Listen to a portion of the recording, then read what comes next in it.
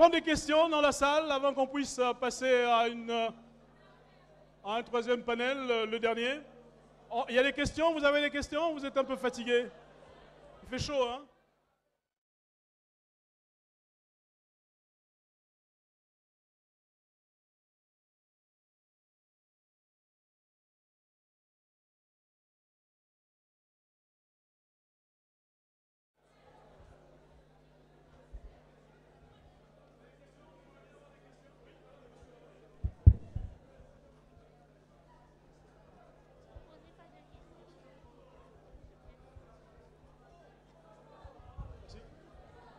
Oui, monsieur, allez-y.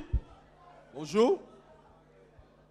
Je suis étudiant et stagiaire à Basile Ondimba, où je fais maintenance informatique et électronique. Et je voudrais tout simplement, je ne vais pas poser une question, mais faire un constat.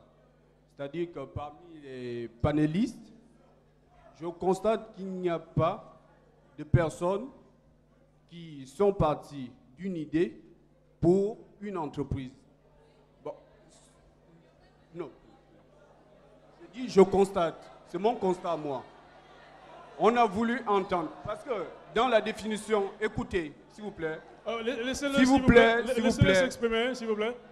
Dans la définition que j'ai de l'entreprise, c'est d'abord, ce que l'on veut entreprendre. C'est-à-dire, nous avons un projet et on veut le développer. Ensuite, nous avons toujours comme définition de l'entreprise la production des biens et des services. Ça, c'est le deuxième pan de l'entreprise. Dans mon entendement, il me semble qu'il faut être formé, c'est-à-dire l'école, plus le travail, égale plus ou moins le capital, qui va nous permettre de développer nos propres idées et créer des entreprises. C'est dans cette perspective que je voudrais amorcer mon cheminement. Ok, merci beaucoup. Merci. Il y a une autre observation, une autre question? Oui, là-bas, il y a une dame au fond là-bas. Hein? Oui, allez-y, allez-y. Merci, hein, merci. Bonjour, je suis Madame Nono Tani, enseignante au niveau universitaire à l'Université de Johannesburg.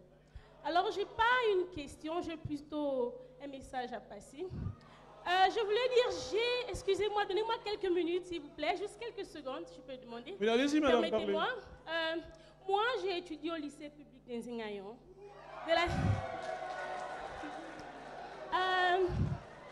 De la 6e en terminale, j'étais parmi ceux-là qu'on appelle les excellents du lycée public d'Enzingayon. Alors, ce que je veux dire ici, c'est quoi? Je sors d'une famille ordinaire, comme vous ici présents. Alors, je me suis dit, j'ai un rêve. Je veux être celle-là qui peut exceller. J'ai eu mon bac D avec mention. J'ai obtenu une bourse et je suis allée en Afrique du Sud. Et là aussi, j'étais déterminée. Quand je suis arrivée, on m'a dit, je voulais faire médecine, mais malheureusement, mon âge ne me permettait pas de faire médecine. Alors, j'ai décidé, la faculté de finance de UJ m'a accepté. On m'a découragée, on m'a dit, oh, personne ne passe ici. J'ai dit, s'il y a une personne qui passe, moi, je peux. J'ai eu ma première licence avec mention excellente. L'audine de la faculté étant émerveillée, ça veut dire première année, deuxième année, troisième année, on combine, excellent 92%. Ils m'ont retenu et j'ai commencé à enseigner à l'Université de Johannesburg, première gabonaise à l'âge de 22 ans.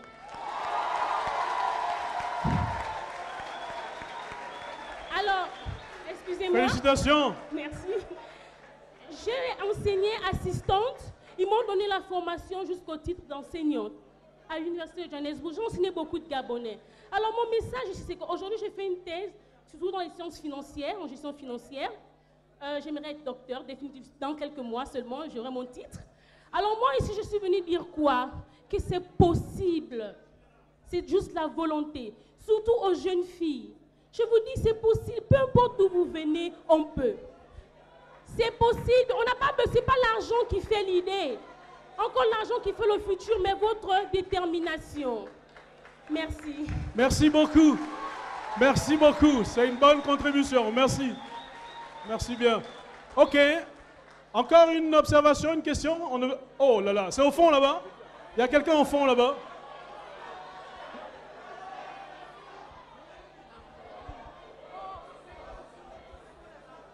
au fond là-bas. Alors, bonjour. Je me présente Ndigou Bangebi Donald, étudiant en licence à l'École normale supérieure de Libreville. Et en même temps, je suis chargé de la communication du collectif gabonais Avant tout. Bien. Très belle initiative dans ce sens qu'elle nous a permis ou nous permet encore de rêver. Nous rêvons. Peut-être que nous avons un peu trop décollé pour ne pas trop rester dans les airs comme Madame Bondo. Nous aimerons jouer balle au sol, comme l'a si bien métamorphosé M. Bikalou dans ses propos en parlant de l'équipe de Chelsea. Il y a une situation qui se présente et le gouvernement actuellement fait mention de ça, c'est-à-dire le secteur agricole. Il y a des familles ici au Gabon qui, très souvent pour garder le patrimoine rural, sont obligés d'envoyer 2 enfants dans la capitale et garder 2 ou 3 pour s'occuper des terres. Ceux-là qui n'ont pas la chance, comme nous, parce qu'il faut aussi reconnaître que pour la majorité des exposants ici, on a fait mention de scolarité, scolarisation, tout ça. Mais celui qui est au village, qui n'a pas eu la chance d'aller à l'école, qui lui a cette faculté-là de préserver les terres ou encore de produire certaines richesses que nous n'allons pas ignorer puisque le Gabon souffre de ce mal, c'est-à-dire les tubercules et autres. Il a cette production, mais il fait comment? Il fait comment pour jouer en première ligue, pour revenir sur les propos de M. Bikalou? La première ligue de l'entrepreneuriat gabonais, il fait comment pour éclore quand en voulant créer une entreprise, par exemple, on lui fait comprendre qu'il faut un compte d'entreprise. Je parle sous le contrôle des entrepreneurs, vous savez très bien de quoi je fais mention ici. Il faut... Merci. Bon, merci pour l'observation. Oui, quelqu'un... Oui, tu veux répondre. Il veut répondre là. Vous allez avoir une réponse. Oui, oui. C'est une très belle question. La réponse que je pourrais t'apporter, elle est celle-là. Effectivement, l'agriculture est un domaine dans lequel le gouvernement en place nous exhorte, nous la jeunesse, à aller vers cet élément. Maintenant, il faut retenir quelque chose. C'est vrai, ceux qui sont au village, ceux qui sont dans les zones rurales, cultivent la terre, ils sortent de la richesse. Et après, à un moment donné, quand la production évolue, on essaye de vouloir créer une entreprise. Aujourd'hui aussi, je suis en train de vous annoncer que l'association Agir pour une jeunesse autonome est en train de créer ce qu'on appelle l'incubateur. L'incubateur est un environnement dans lequel on encadre tous les jeunes qui ont pour vision de créer une entreprise. On essaye de les accompagner à mettre en place ce qu'on appelle le business plan, à mettre en place comment ouvrir un compte, ce qui vous inquiète tout à l'heure, à mettre en place des modes de gestion et la méthodologie pour gérer une entreprise. Donc, je vous exhorte, vous qui connaissez ces personnes qui ont de la matière, qui ont de la valeur ajoutée, qui ont une vision, qui souhaiteraient créer une entreprise, n'hésitez pas à vous rapprocher de l'ABJA et du centre de l'incubateur. Je vous remercie. Bon, ils vont essayer de faire quelque chose quand même qui s'adapte au monde agricole. Il ne faut pas que ce soit un truc trop compliqué. Mais l'idée, elle est là. Bon, je voudrais donc... Tu voulais dire quelque chose? Ah, il veut dire quelque chose. Il veut dire quelque chose. Non, je voulais répondre. Il y a un jeune qui a parlé de... Personne n'est venu lui dire que l'entreprise, c'est l'idée et tout ça. Je pense qu'il a trop la conception académique de l'entreprise, c'est-à-dire le cours de l'école, quoi. Voilà. Pour créer une entreprise, c'est pas le gros cours qu'on vous fait là à l'école. Hein. Pour créer une entreprise, vous avez une idée, vous partez au CDE. Hein. C'est tout. Après le CDE, vous partez au tribunal. Le tribunal vous donne le numéro, la greffe et tout le reste. Et puis vous commencez à faire vos trucs au quartier. C'est comme ça pour créer l'entreprise. C'est d'abord l'idée, c'est-à-dire que c'est l'idée qui vous pousse à aller au CDE. Aller prendre le formulaire pour créer l'entreprise. Ça, c'est le formulaire pratique. Mais l'entreprise est déjà constituée dans la tête. C'est clair.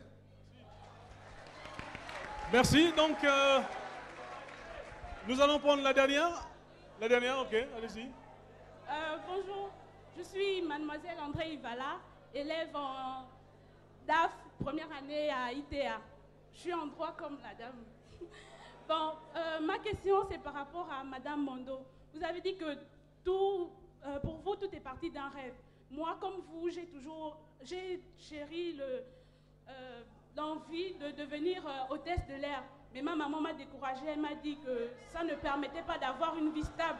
Vous, en tant que femme, je voudrais savoir comment vous faites pour concilier travail et famille et quels conseils vous pouvez donner à nous autres femmes qui voulons faire comme vous. Merci.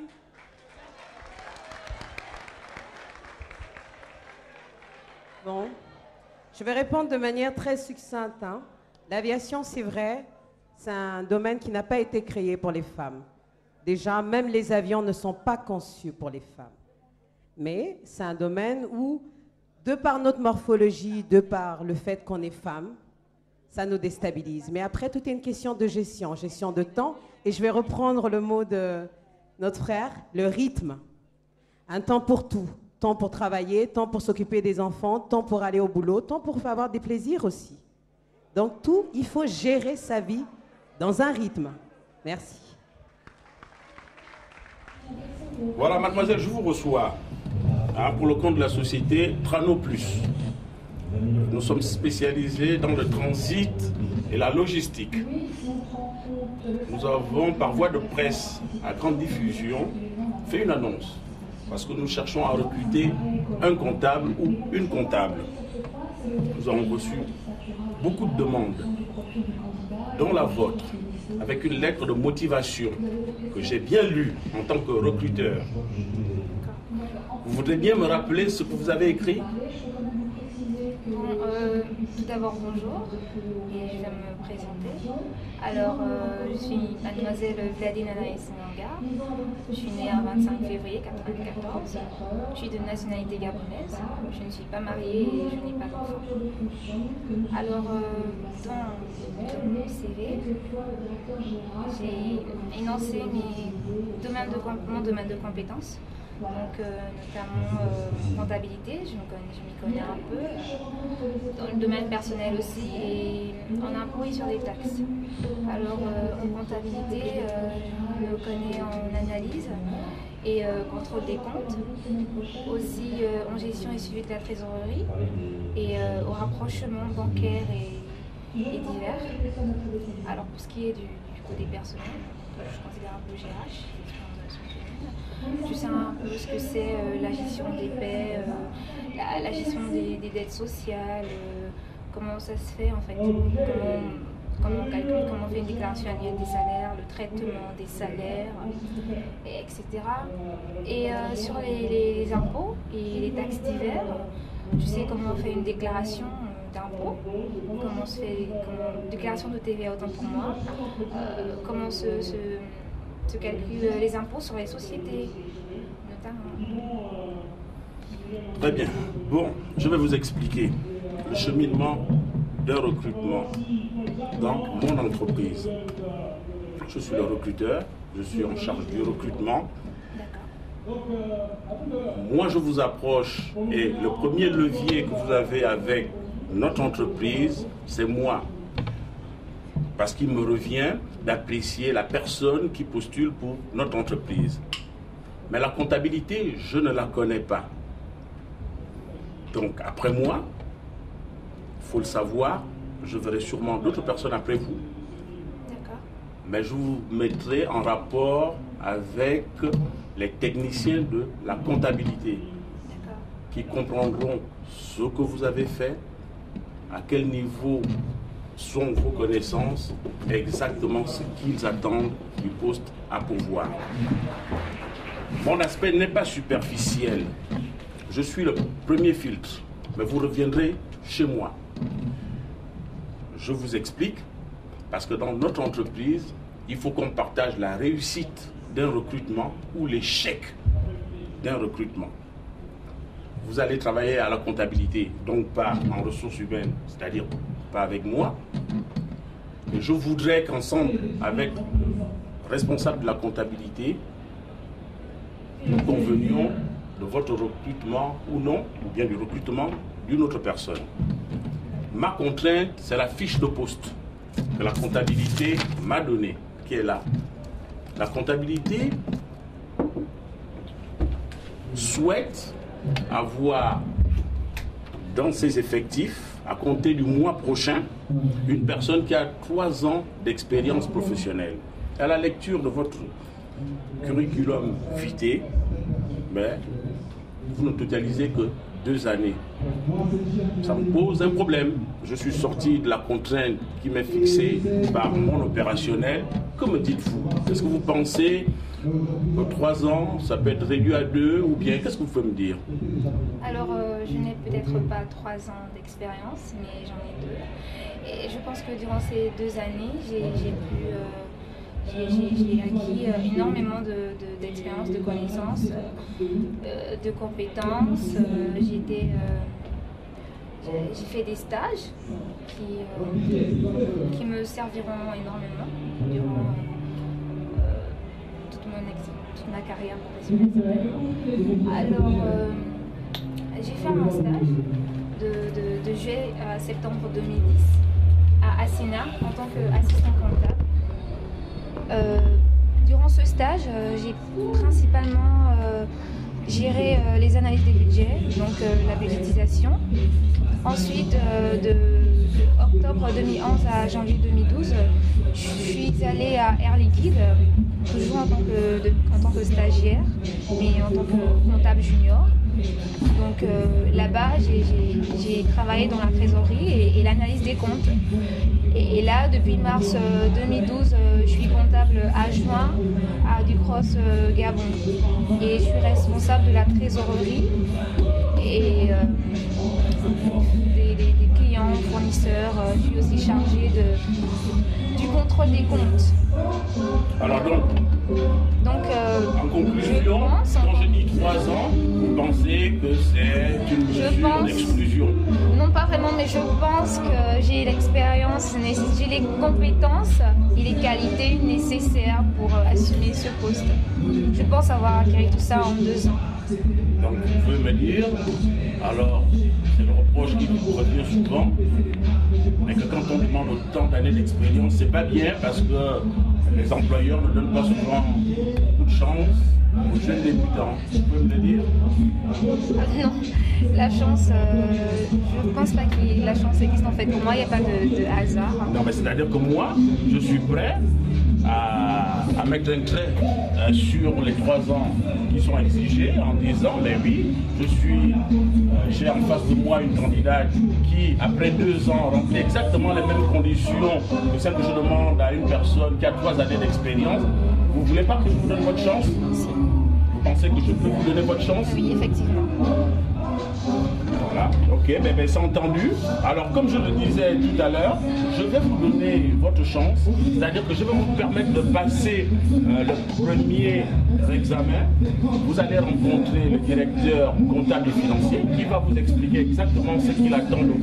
D'accord. Je vous dis, pour un recrutement réussi, moi je voudrais qu'ils reviennent vers moi, qu'on se mette ensemble et qu'on conclue d'un commun accord de l'acte de votre recrutement. Alors, permettez-nous, si on peut continuer.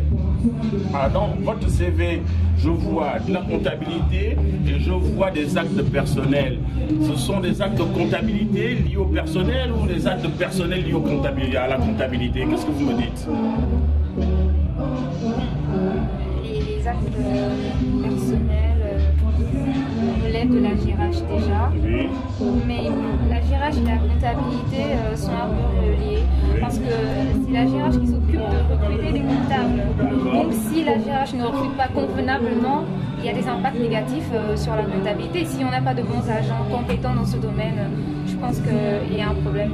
Donc pour moi, un bon comptable doit quand même avoir des bases en GRH pour pouvoir savoir qui est en face de lui, pouvoir voilà. Voilà. Mais écoutez, moi je me réserve ma position avant de partager l'examen de votre dossier avec le responsable de la comptabilité. Mais je note à votre crédit que votre dossier me convient, que ce que vous avez écrit dans votre lettre de motivation, je le retrouve à travers vos propos. À l'examen de votre curriculum vitae, je trouve que votre carrière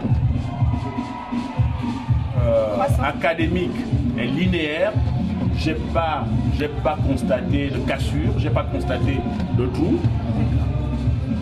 Je vous reçois, je recevrai d'autres personnes et je peux vous dire que je marque un avis favorable à votre dossier et moi je reviendrai vers vous le moment venu, mais à ce moment-là je serai plus seul, je serai avec la personne qui va vous utiliser parce que comme je le disais au début, il faut qu'un recrutement se partage soit dans la réussite, soit dans l'échec. Sur ce, mademoiselle, je vous laisse libre vos mouvements et vous pouvez disposer. Merci. Voilà, portez-vous bien. C'est effectivement la première édition de la journée de l'entreprise organisée par l'Union des jeunes du Parti démocratique gabonais. Nous avons voulu, à travers cet exercice, rapprocher le monde professionnel, le monde patronal, de nos élèves et étudiants. Parce que nous sommes partis d'un constat triste et simple, c'est que au cours de certaines discussions avec les étudiants et les jeunes, ils nous ont fait savoir que ce qui était dommage dans ce pays, c'est que beaucoup de nos élèves et étudiants découvraient le monde de l'entreprise à la fin de leur parcours, parfois, ou alors à la fin d'un Master 2 où il fallait rechercher un stage de validation. Et pour nous, il était important qu'ils aient cet échange découverte de manière à ce qu'ils se confrontent à des personnalités du privé qui, jusque-là, ont souvent évolué dans l'anonymat et que nous avons vu mettre en lumière. Vous avez vu défiler parmi les panélistes de nombreuses personnalités issues du patronat gabonais, en tête desquelles Madame Madeleine Berg, qui est la marraine de la première édition et qui est présidente de la Confédération patronale gabonaise. Notre objectif, c'était que ces personnalités puissent faire le témoignage de leur parcours, de leur réussite, pour qu'enfin nos jeunes puissent s'ouvrir l'esprit et comprendre que réussir dans sa vie, c'est d'abord croire d'abord en soi, avoir le courage, la détermination et la volonté de réussir. C'est aussi savoir que on a la possibilité de devenir son propre patron en partant d'une idée pour créer de la richesse. Et je crois qu'à travers l'aréopage de témoignages que nous avons eu ce matin, nos jeunes repartiront de là édifiés et très contents d'avoir participé à cette première édition, qui se poursuivra d'ailleurs cet après-midi par les ateliers de formation, l'apprentissage à la rédaction d'une lettre de motivation, la rédaction d'un CV, mais surtout les rudiments pour la préparation d'un entretien d'embauche. Pourquoi cet exercice? Tout simplement parce que, en discutant avec justement ces personnalités du secteur privé qui ont accepté de venir, ils m'ont fait comprendre que parfois, le problème pour lequel certains jeunes diplômés n'étaient pas reçus après leur demande, c'était souvent les questions de forme. Parce qu'ils ne savaient pas peut-être faire la présentation d'un CV, la présentation d'une lettre de motivation, ou peut-être parce qu'au terme de discussion avec un DRH en entreprise, ils ne connaissaient pas quels étaient les mécanismes pour le faire. Tout à l'heure, on aura des simulations qui se feront et qui permettront justement à nos jeunes Gabonais de pouvoir s'arrimer justement aux différentes modalités d'intégration dans une entreprise. La journée de l'entreprise, c'est deux choses. C'est d'abord l'entrepreneuriat. L'entrepreneuriat à travers la création d'entreprises et surtout favoriser l'autonomie financière de nos jeunes. Parce que pour nous, l'UJPDG, c'est approprier le concept de la responsabilité. Et pour nous, la responsabilité, c'est d'abord se prendre en main, c'est d'abord être conscient qu'on ne peut pas toujours dépendre de l'État et qu'il faut se battre pour réussir dans sa vie. Nos parents, nos grands-parents sont passés par là et il est aujourd'hui question pour nous de faire en sorte que les jeunes Gabonais issus du système éducatif, qui sont dans le circuit éducatif, puissent comprendre que demain, ils ne sont pas obligés de devenir des fonctionnaires de l'administration publique, mais qu'ils peuvent également devenir leur propre patron, plutôt devenir des patrons ou alors patrons de leur propre entreprise. Donc voilà un peu, de manière ramassée, les objectifs visés par cette première édition de la journée de l'entreprise. Dans une intervention, Totalement d'accord, parce que pour moi qui vous parle, je ne suis pas devenu ce que je suis grâce à la politique. Ça a d'abord été le fruit d'un parcours. parcours qui a commencé par les études, l'obtention de diplôme, ensuite l'intégration dans une entreprise. J'ai postulé comme tout le monde, j'ai intégré une compagnie internationale pétrolière dans laquelle j'ai évolué. Et puis à côté de ça, j'avais mon activité parce que je suis militant du Parti démocratique gabonais, comme beaucoup d'autres jeunes. J'ai ma façon de militer, nous avons notre manière à nous de militer. Pour nous, c'est d'abord l'engagement politique. Et s'engager en politique ne signifie pas qu'on veut en faire l'apanage de sa réussite. Il y en a qui ça réussit très bien, et il y en a d'autres qui estiment qu'aujourd'hui, la politique, effectivement, ne crée pas la richesse, c'est plutôt l'emploi, l'entrepreneuriat, l'entreprise qui le fait. La politique est là peut-être pour gérer la richesse, mais c'est l'entreprise qui la crée. Donc il faut qu'on arrive à faire cette distinction avec les jeunes, parce que ces jeunes-là qui sont aujourd'hui, pour la plupart de classes de première et terminale, constitue l'élite de demain. Et cette élite doit être bien préparée à assumer à la fois les responsabilités professionnelles, mais peut-être pour ceux qui ont des ambitions, les responsabilités politiques. Est-ce que vous ne trouvez pas que ça... Il faut nous reconnaître modestement le mérite d'avoir, en tant qu'entité politique, organisé cette première édition de la journée de l'entreprise. Vous avez vu ce matin, vous l'avez peut-être remarqué, nos stars, nos officiels, pour la plupart, ont été des chefs d'entreprise. Parce que nous avons voulu montrer autre chose à nos jeunes qui, souvent, ne découvrent que des hommes politiques, des membres du gouvernement, des patrons d'administration publique à la télévision. Aujourd'hui, nous avons voulu qu'ils découvrent des personnalités qui font la fierté du Gabon, qui font l'économie et la richesse de ce pays, mais qui évoluent dans l'anonymat, pour ne pas dire dans la clandestinité.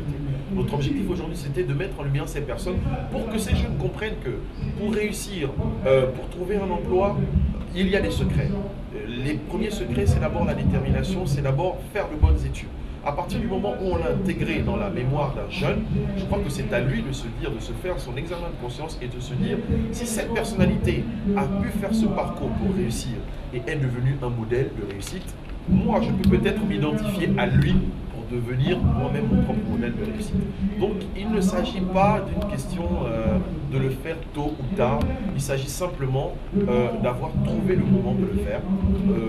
Je suis délégué national de l'UJPDG depuis un an quasiment, enfin un peu plus d'un an, depuis le 7 avril 2013, et nous avons un plan d'action que nous suivons. À ce stade, nous avons décidé d'organiser cette journée de l'entreprise parce que cela faisait partie de notre programme. Notre objectif n'est pas de nous vanter de pouvoir trouver de l'emploi aux jeunes, mais c'est simplement de créer les conditions pour que ces jeunes eux-mêmes arrivent à se confronter à des personnalités qui peuvent leur donner de l'emploi, des chefs d'entreprise, des futurs employeurs. Voilà. Ces élèves-là surtout. Bah écoutez, vous savez, chacun de nous a eu un parcours. Il y en a qui ont eu, comme l'un des panélistes tout à l'heure, Eric Benke, qui était issu d'une famille très modeste, mais qui s'est battu tout seul, qui a créé les conditions de confiance pour que celui qui lui a permis de monter son business puisse croire en lui. Donc je crois que tout dépend de la détermination que chaque jeune a. Un jeune qui vit dans des conditions de précarité, un jeune qui vit dans la difficulté, théoriquement et normalement devrait avoir plus d'exigences qu'un jeune qui a toutes les conditions autour de lui pour pouvoir réussir. C'est-à-dire se battre. Se battre pour sa réussite, se battre pour que demain, il soit à la place de ceux qu'il convoite ou de ceux qu'il idéalise aujourd'hui. Et c'est justement l'un des objectifs de cet exercice, parce que dans la salle, vous avez des jeunes justement qui n'ont pas de moyens, qui n'ont pas de ressources, et peut-être pour qui nous avons créé un premier électrochoc en les confrontant à des responsables d'entreprise. Ça va leur permettre de comprendre que d'un côté, vous avez des gens qui ont toutes les conditions réunies pour réussir parce qu'ils sont issus de familles aisées ou quoi que ce soit, et d'un autre côté, vous avez des personnes qui ne sont parties de rien, qui sont parties de zéro, qui ont cru en eux. Vous avez écouté tout à l'heure M. Toutou m'appelait Dafresh, qui a eu aussi un parcours atypique, pas issu d'une famille forcément aisée, mais qui aujourd'hui est patron d'un empire médiatique. Pourquoi? Parce qu'il a cru en lui, il a cru en son rêve, et d'autres personnes aussi ont cru en lui. Ceux qui ont les moyens ont cru en lui. Donc tout dépend aussi de la volonté du jeune.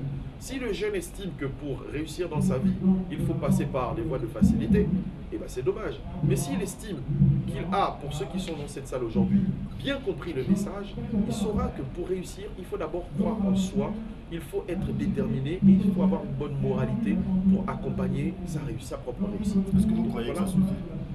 Pardon? Est-ce que vous croyez que ça suffit? Parce que, non, cela ne suffit pas. Il faut également que l'État joue son rôle. Que l'État puisse jouer pleinement son rôle. Aujourd'hui, nous organisons la journée de l'entreprise, nous avons des patrons qui sont là, ce sont des employeurs. Mais ces employeurs-là sont dans le secteur privé, ils sont là pour créer de la richesse. Mais l'État, dans sa responsabilité de gérant de la richesse nationale, mais aussi de garant de l'intégrité de chaque citoyen, doit fournir les efforts. Et c'est pourquoi je pense que le président de la République, Ali Bongo Ondimba, a bien fait de convoquer les assises sociales qui ont permis à chaque catégorie socio-professionnelle ou sociale tout court de notre pays de pouvoir s'exprimer. Les jeunes ont animé des panels, les jeunes ont monté des groupes de travail pour faire des propositions, mais je pense qu'aujourd'hui il est temps qu'on passe aussi au concret parce que nous avons beaucoup réfléchi, nous avons beaucoup fait de théorie, maintenant il est temps de passer à l'action. Et je pense que l'UJPDG se bat pour, met la pression pour. Nous n'avons peut-être pas vocation à nous substituer à la puissance publique, mais nous avons vocation à impulser et à mettre pression sur la puissance publique. Vous parlez à sa question, parce que bon, la plupart des jeunes... Surtout, permettez-moi, que surtout on dit pour aujourd'hui le jeune, à la fin de ses études, pour réussir, il faut se mettre à côté de l'homme politique, surtout de sa contrée. Qu'est-ce que vous répondez à ça? Moi, je pense que c'est peut-être un discours qui valait son pesant d'or à une certaine époque, mais je crois qu'aujourd'hui, la jeunesse gabonaise est progressivement en train de s'affirmer. Briser les barrières, briser la glace. Et je crois modestement que l'UJPDG aujourd'hui est en train d'impulser justement cette nouvelle dynamique. Moi qui vous parle, je ne dois pas ma réussite à un homme politique et pourtant je suis délégué national de l'UJPDG. Je le suis parce que le président de ce parti a cru en moi, a cru en mon potentiel et il a proposé ma candidature au Congrès pour que je sois délégué national. Ce n'était pas l'objet d'un processus qui m'a amené à être parrainé par quelqu'un ou quoi que ce soit et je le dis devant les caméras, je l'assume parfaitement. Donc c'est pour dire que le cliché selon lequel pour réussir, pour qu'un jeune réussisse, il faut qu'il soit à côté d'un homme politique, aujourd'hui est tombé en désuétude. C'est un cliché qui est véritablement tombé en désuétude parce qu'il tout dépend de la détermination du jeune. Si le jeune estime que pour réussir dans sa vie, il faut qu'il s'accroche à un homme politique, et bien ça c'est risque et péril. Mais s'il estime qu'il a un potentiel et que, comme l'a dit M. Baumar tout à l'heure, on peut tout vous arracher, mais on ne pourra jamais vous prendre ce que vous avez là dans la tête. À partir du moment où un jeune a conscience de la valeur intellectuelle qu'il a, de ses valeurs morales, de l'éducation qu'il a reçue de ses parents, de l'instruction qu'il a reçue à l'école, ou même de l'école en tant qu'institution, ou même de l'école de la vie, l'école de la rue tout simplement, il saura faire la distinction entre la facilité, prendre l'ascenseur et prendre les escaliers. Moi, j'ai pris les escaliers, j'y suis arrivé. Je pense que d'autres jeunes pourraient aussi accepter les escaliers parce que parfois, l'ascenseur peut tomber en panne en cours de route et on ne peut plus rien faire. Et à ce moment-là, c'est la chute. Mais oui, mais la majorité... Je suis convaincu que le panel des personnalités que nous avons invitées est constitué d'hommes et de femmes qui ont réussi par eux-mêmes. Je prendrai le cas des chefs d'entreprise propriétaires de leur propre entreprise. C'est le cas de M. Jean-Baptiste Calou. Les banques ont cru en lui, ils lui ont prêté de l'argent, il a monté son business, il a été intelligent, il y est parvenu. C'est le cas de M. Alain Baumar. Je ne pense pas qu'un homme politique ait été derrière lui pour l'aider à monter son empire Internet. Pourtant, ce sont des gens dont on n'entend pas souvent parler, mais qui évoluent discrètement et qui font des choses dans ce pays. Le jeune Johan Malongo, qui a fait les visuels que vous voyez dans toute cette salle, il n'a pas eu besoin d'avoir un homme politique à côté de lui. Il a parlé du délégué national parce que j'ai voulu lui donner sa chance en lui fournissant un marché, en lui offrant un marché. Ça, c'est tout à fait normal. Mais ne pensons pas que tous les hommes d'affaires ou tous les patrons du Gabon sont les prête-noms ou les paravents de certains hommes politiques. Peut-être que cela existait avant, mais en tout cas, je ne prendrai pas la responsabilité de les défendre ici. Tout ce que je peux dire à mes jeunes frères et sœurs gabonais, c'est que nous sommes jeunes. L'avenir de notre pays dépendra de ce que nous voulons qu'il soit. À ce titre, il faudrait qu'on brise les barrières. Et que ce qui nous unit doit être au-dessus de ce qui nous divise. Nous, en tant que jeunes, nous ne devons pas avoir les mêmes batailles que nos pères qui sont hommes politiques. Nous avons des batailles qui sont les nôtres et qui sont nobles, telles que lutter contre le chômage, telles que lutter contre la prolifération de la prostitution, telles que lutter contre la prolifération des drogues, telles que lutter contre la prolifération de l'alcoolisme dans notre pays. Voici les batailles que nous devons nous approprier. Et à travers cette journée de l'entreprise, l'Union des jeunes du Parti démocratique gabonais a voulu se démarquer et montrer l'exemple qu'au Parti démocratique gabonais, les jeunes de l'UJPDG